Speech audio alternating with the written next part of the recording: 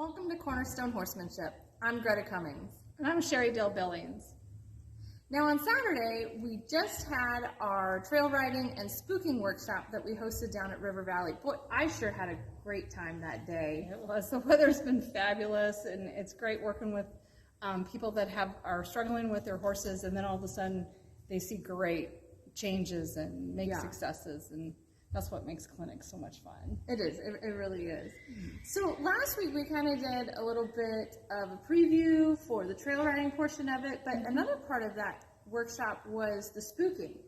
And so I thought we should share with everybody today kind of the psychology of a spook, why horses spook, and how we can manage them and not turn it into a big to-do.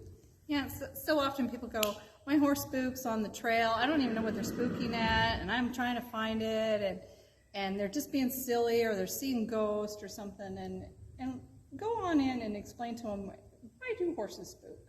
Well, the number one reason why horses spook is because, there goes the dog. The number one reason why horses spook is because they're horses. Yeah, that's true. God made them that way. He did. So if there was danger, they could get away fast. And a lot of times it's respond first, think later.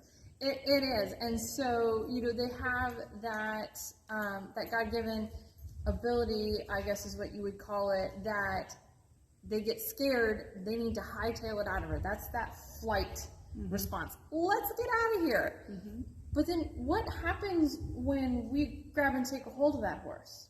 Well, now we're blocking them in. We're not allowing them to run free and get away from danger.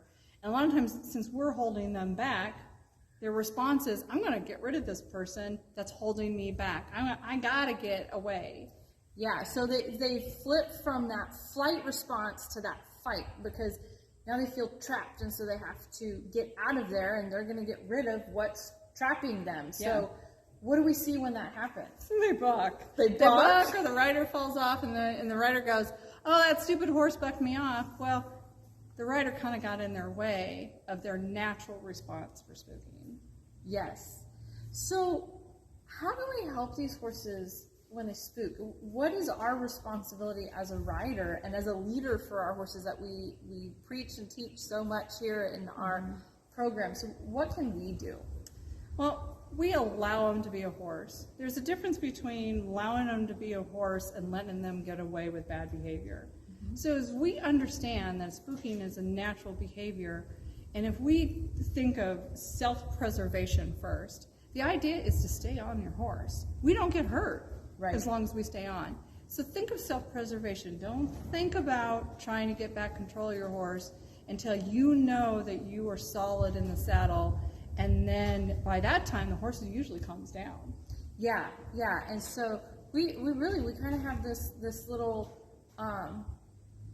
thing or method of what to do when the horse spooks. So maybe that's something we should show people in a future Tuesday tip. Yeah, maybe next Tuesday.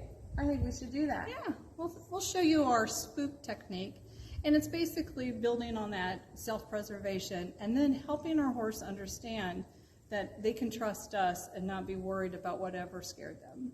Exactly. May the grace of our Lord Jesus Christ be with you. And the horses you ride, from our barn to yours.